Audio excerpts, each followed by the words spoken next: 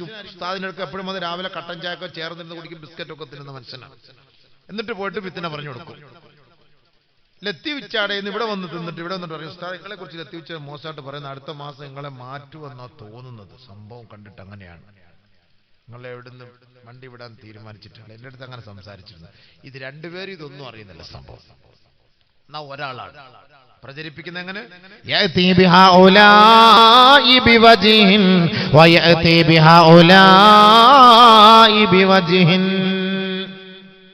മീഡിയകളിലൂടെ ഇങ്ങനെയാണല്ലോ ഒരു മനുഷ്യനെ കൊണ്ട് എങ്ങനെ വേണമെങ്കിലും എന്തും ചെയ്യിക്കാം.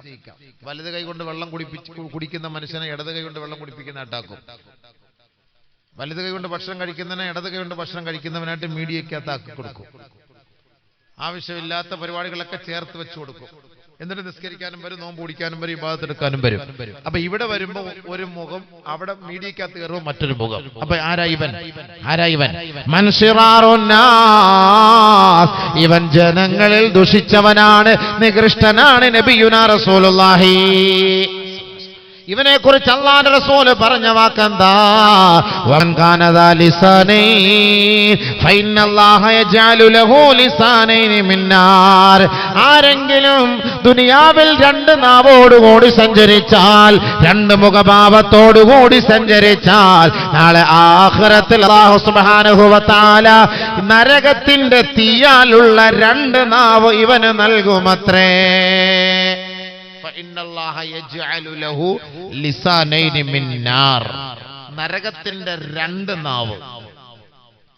നരകത്തിന്റെ രണ്ട് നാവ് അല്ലാഹു തആല ഇവന് നൽകും.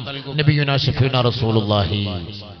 അതുകൊണ്ട് ഒരാളുടെ ഐബ് നമ്മൾ മറ്റുള്ള മുന്നിൽ വെളിപ്പെടുത്താൻ പാടില്ല. അല്ലാഹു നമ്മളെ നാണം കെടുത്തി കളയും. ഇതിങ്ങനെ ചുറ്റിത്തിരില്ല, നമീമത്തി എന്ന് പറയും. ഇതിങ്ങനെ വെറുതെ ഇവന്റെ കാര്യം അവിടെ പറയാ, അവന്റെ കാര്യം ഇവിടെ പറയുക, വെറുതെ വാട്സപ്പ് എടുത്ത് ഗ്രൂപ്പ് ഇട്ട് ചുമ്മാ അങ്ങോട്ട് തിരിച്ച് ഇങ്ങോട്ട് തിരിച്ച് ഇങ്ങോട്ട് തിരിച്ച് ആവശ്യമില്ല. നമ്മുടെ സമയം വേസ്റ്റാണ്.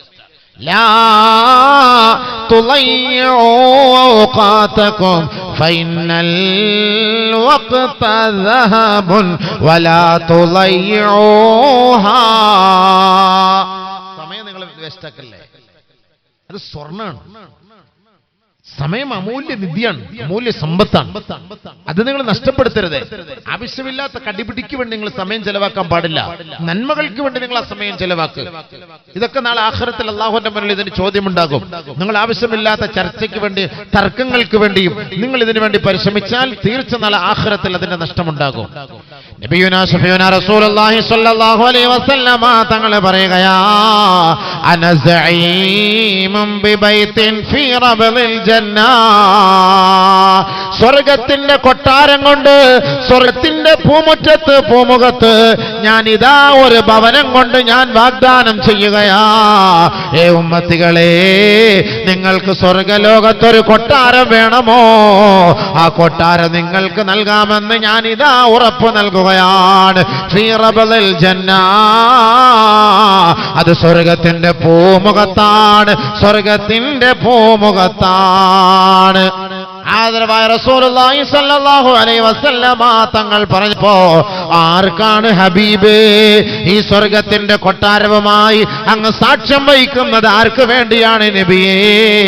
അല്ലാഹുവിന്റെ റസൂൽ പറയുകയാണ്, ലിമൻ തറക്കൽ മിറാ വഇൻ കാന മുഹിഖാ. സത്യമാണ് നീ പറയുന്നതെങ്കിൽ പോലും തർക്ക വിതർക്കങ്ങൾ ഒഴിവാക്കണമേ, തർക്കങ്ങൾ ഒഴിവാക്കണമേ. തർക്കങ്ങൾ ഒഴിവാക്കുന്ന വ്യക്തിക്ക് ഞാനിതാ സ്വർഗം കൊണ്ട് സാക്ഷ്യം വഹിക്കുകയാ. ലോകത്തിന്റെ മുത്തേ മുഹമ്മദ് മുസ്തഫ. തർക്കം ഒഴിവാക്കുന്നവർക്ക് എന്തിനാ തർക്കിക്കുന്നത്? ആരാ നാളെ ആഖിറത്തിൽ രക്ഷപ്പെടുന്നത് നമുക്കറിയില്ലല്ലോ. വെറുതെ നമ്മൾ മീഡിയയിലൂടെ ആവശ്യമില്ലാത്ത തർക്കം. അവൻ അങ്ങനെയാണ്, അവൻ ഇങ്ങനെ മറ്റൊന്ന്. ഇപ്പൊ അബൂബക്കർ ഖാസിമിനെ കുറിച്ച് മോശമായിട്ട് പറയാം. ചുമ്മാ ഇങ്ങനെ ഓരോരുത്തർ ഇങ്ങനെ വെറുതെ അങ്ങോട്ട് കുറ്റം പറയാം. സുന്നത്ത് ജമാഅത്തിനെതിരായ ആളാണ്, മറ്റേ ആളാണ്. സുന്നത്ത് ജമാഅത്തിന്റെ അഹലുകാരനാണ്. ഇല്ല, ഞാൻ 10, 5, 6, 7 വർഷമായിട്ട് പോയി കാസർഗോഡ് ഞാൻ ഈ ഭാഗങ്ങളെല്ലാം പ്രസംഗിക്കുന്നു. എല്ലാവരും എന്നെ വിളിച്ച്, ഉസ്താദ് നിങ്ങളെ കുറിച്ച് ഇങ്ങനെ ഒരു പരാതി ഉണ്ടല്ലോ, അതുണ്ടല്ലോ, ഇതുണ്ടല്ലോ. ഇതിനൊന്നും മറുപടി പറയണ ഈ പാവപ്പെട്ടവൻ പോവില്ല. എത്ര നമ്മളെ ചൊടിപ്പിച്ചാലും ഇഷ്ടമുള്ളവൻ വിളിക്കട്ടെ, ഇഷ്ടമില്ലാത്തവൻ വിളിക്കണ്ട. ഞാൻ സുന്നത്ത് ജമാഅത്തുകാരനാണ്, നിങ്ങൾക്ക് ഉറപ്പുണ്ടെങ്കിൽ എന്നെ വിളിച്ചാൽ മതി. സുന്നത്ത് ജമാഅത്തുകാരനല്ല എങ്കിൽ വാവുന്നതിന് വിളിക്കണ്ട. ഖലാസ്, തീർന്നല്ലോ സംഭവം, പ്രശ്നം തീർന്നില്ലേ? 2 ദിവസം റെസ്റ്റ് എടുക്കാം പുരയിലിരുന്നിട്ട് റാഹത്തായിട്ട്. അള്ള എവിടെല്ലാം ദീൻ പറയാൻ പോകണം തീരുമാനിച്ചാൽ അവിടെ എല്ലാം പോയേ പറ്റുള്ളൂ. അത് അള്ളാന്റെ തർത്തീബാണ്. അതിന് ആര് തടഞ്ഞാലും അത് തടയാൻ പറ്റൂല. സംഭവം വലിയ വലിയ മഹാന്മാര്, മശായിഖന്മാര്, സ്വാലിഹീങ്ങളെ സുന്നത്ത് ജമാഅത്തിന്റെ അഹ്ലുകാരല്ല എന്ന് പറയുന്നു. പിന്നെ ഈ പാവം പിടിച്ച ഈ സാധുവായ സീറോ ആയ എന്നെ കുറിച്ച് പറയുന്നില്ല. എനിക്ക് വലിയ പ്രശ്നമൊന്നുമില്ല. ഏറ്റവും വലിയ ബലഹീനൻ, ഒന്നുമില്ലാത്തവൻ, വിവരമില്ലാത്തവൻ. നിങ്ങളുടെ മുന്നിലൊക്കെ വന്ന് ഇൽമു പറയാൻ തൗഫീഖ് കിട്ടിയതിന് അള്ളാഹുവിൽ ഞാൻ അൽഫ് ശുക്ർ, അള്ളാഹ്ക്ക് ഞാൻ കോടിക്കണക്കിന് ശുക്ർ ഞാൻ അള്ളാഹുവിന് ഞാൻ നൽകുകയാണ്, പറയുകയാണ് പടച്ചവൻ. കാരണം എനിക്ക് ഈ സാധുവായ, എനിക്ക് വിവരമില്ലാത്ത എനിക്ക് നിങ്ങളുടെ മുന്നിൽ വന്ന് ഇൽമു പറയാൻ പറ്റിയില്ലേ? ഇത്രയും ആളുകൾ എതിർത്തിട്ടും. ഞാനിപ്പോ പറഞ്ഞു സോഷ്യൽ മീഡിയയെ കുറിച്ച് വന്നതുകൊണ്ട് പറഞ്ഞില്ല, ഇല്ലെങ്കിൽ ഞാൻ ഇത് പറയൂല. സോഷ്യൽ മീഡിയയിലൂടെ ഇങ്ങനെ എപ്പോഴും ചുമ്മാ ചർച്ച, വെറുതെ ആവശ്യമില്ലാത്ത ആൾ അങ്ങനെ കാണിച്ചു, ഇങ്ങനെ കാണിച്ചു, ഇങ്ങനെ പറഞ്ഞു, അങ്ങനെ പറഞ്ഞു, ഇങ്ങനെ പറഞ്ഞു. എന്ത് പറഞ്ഞു, എന്ത് കാണിച്ചു, എന്ത് ചെയ്തു എന്ന് അതിന്റെ നിജസ്ഥി മനസ്സിലാവും. അവിടെയും കട്ട് ചെയ്യും, മാ ഖബലും മാ ബഅദും കട്ട് ചെയ്തിട്ട് നടുക്കുള്ളത് മാത്രം എടുത്തിട്ട് കൊടുക്കും. സംഭവം മനസ്സിലായില്ലേ? ഇപ്പുറത്തും കട്ട് ചെയ്യും, ഇപ്പുറത്തും കട്ട് ചെയ്യും, എന്നിട്ട് ഇതിൽ മാത്രം എടുത്തു കൊടുക്കും. അപ്പൊ ഈ പി ഉസ്താദ് ഇങ്ങനെയാ, ഈ പി അങ്ങനെയാ, ഈ പി ഇങ്ങനെയാ, അദ്ദേഹത്തെ അടുത്ത വർഷം വാതിന് വിളിക്കരുത്, നമ്മൾ വാതിന് വിളിക്കരുതപ്പാ, അയാൾ സുന്നത്ത് ജമാഅത്തിനെതിരായ ആളപ്പാ. അൽഹംദുലില്ലാ അപ്പാ, എപ്പെങ്കിലും മനസ്സിലായല്ലോ അപ്പാ, വിളിക്കല്ലേ അടുത്ത വർഷം. നല്ല കാര്യം. നമ്മളാരോടും പോയി ചോദിക്കാറില്ല അള്ളാഹുവെ നമ്മളെ കാസർഗോട്ടുകാരെ വിളിക്കണമെന്നും കൊല്ലക്കാരെ വിളിക്കണമെന്നും കർണാടകക്കാരെ വിളിക്കണമെന്നും നമ്മൾ ദ്വാരക്കാരില്ല. അള്ള പറയുന്നു, പോകുന്നു, ഖലാസ്. അള്ള പറയുന്നു, പോകുന്നു. ഇത് അള്ള തരുന്ന പ്രത്യേകമായ കഴിവാണ്.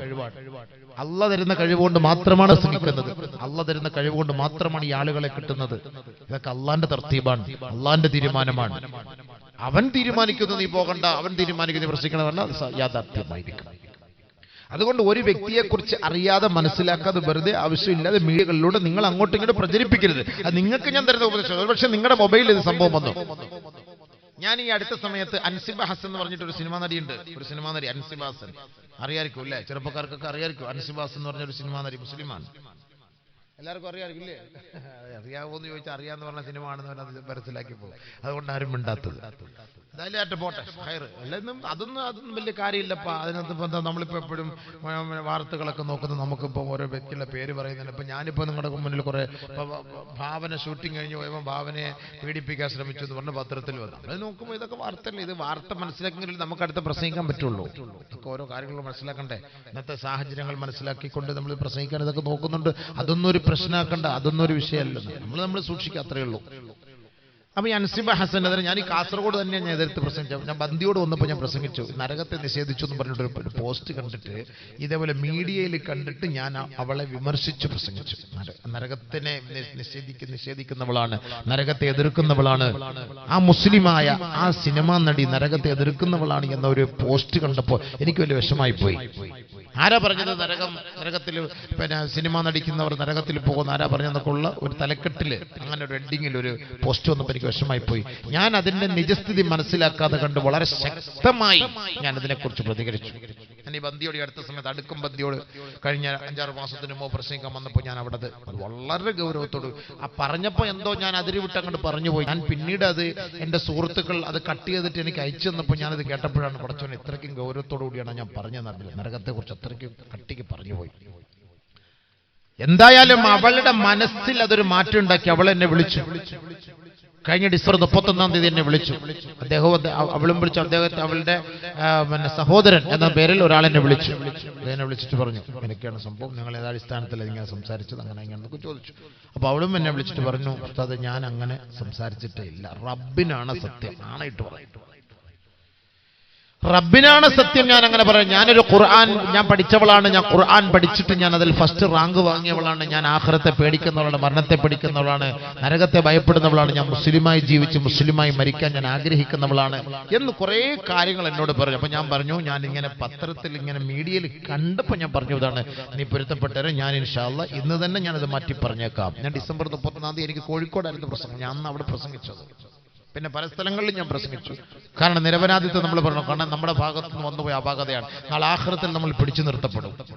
അതുകൊണ്ട് ഞാൻ അവൾക്ക് വേണ്ടി ഞാൻ മാറ്റി പറയാം, എന്റെ ഭാഗത്ത് നിന്ന് വന്ന വീഴ്ചയാണ്, ഇനി ഞാൻ ഒരിക്കലും അങ്ങനെ സംസാരിക്കും. അതോടുകൂടി ഞാൻ ഒരു തീരുമാനം എടുത്തു, ഈ മീഡിയയിൽ കാണുന്നത് നമ്മൾ ഇനി പറയാൻ പാടില്ല, പ്രസംഗിക്കാൻ പാടില്ല. ചിലപ്പോൾ ആവശ്യമില്ലാത്തതായിരിക്കും. എന്റെ എതിരാളികൾ എനിക്കെതിരെ എന്തെങ്കിലുമൊക്കെ പോസ്റ്റ് ചെയ്യും, അതെടുത്ത് വെച്ചിട്ട് ഒന്നും അറിയാതെ സംസാരിക്കും. അങ്ങനെ സംസാരിക്കും. നമ്മുടെ ഉസ്താദന്മാര് പണ്ഡിതന്മാരടക്കം അബൂബക്കർ മുസ്ലിയാർ ആരാണെന്ന് എന്നെ പോലും അറിയാത്ത ആളുകൾ എനിക്കെതിരെ ധാരാളം പ്രഭാഷണങ്ങളും ധാരാളം മെസ്സേജുകളും ഇടുന്നു. എന്നെ ഇന്നുവരെ കണ്ടിട്ടുമില്ല, സംസാരിച്ചിട്ടുമില്ല. പിന്നെ എന്റെ രഹസ്യങ്ങൾ അദ്ദേഹത്തിന് എങ്ങനെ അറിയാം? എന്റെ ആദർശങ്ങൾ അദ്ദേഹത്തിന് എങ്ങനെ അറിയാം? ഉദാഹരണം പറയാൻ. അപ്പൊ എന്റെ പച്ച ഇറച്ചു തിന്നുമ്പോൾ നാളെ ആഖിറത്തിൽ അള്ളാഹുവിന്റെ മുന്നിൽ അദ്ദേഹം എന്നോട് പൊരുത്തം ചോദിക്കാതെ അള്ളാഹ് അങ്ങനെ പൊരുത്തപ്പെട്ടു കൊടുക്കും. അതുകൊണ്ട് നമ്മൾ ഉലമാക്കളെന്നല്ല, ഒരു വ്യക്തികളെ കുറിച്ചും നമ്മൾ പരാമർശിക്കരുത്, സൂക്ഷിക്കണം. മീഡിയകൾ പ്രത്യേകമായി സൂക്ഷിക്കണം. നിങ്ങൾക്ക് പല ഗ്രൂപ്പുകളുണ്ട്. ആ ഗ്രൂപ്പിൽ ഒരാളെ, ഏത് ഗ്രൂപ്പിലെ ആലിമികളെ ആയാലും കരിവാരി തേച്ചു കൊണ്ടുവരുന്ന മെസ്സേജുകൾ നിങ്ങൾ ഫോർവേഡ് ചെയ്യരുത്, ഡിലീറ്റ് ആക്കി കളയണം. അത് ഞാൻ പറയുന്ന വാക്കാണ്.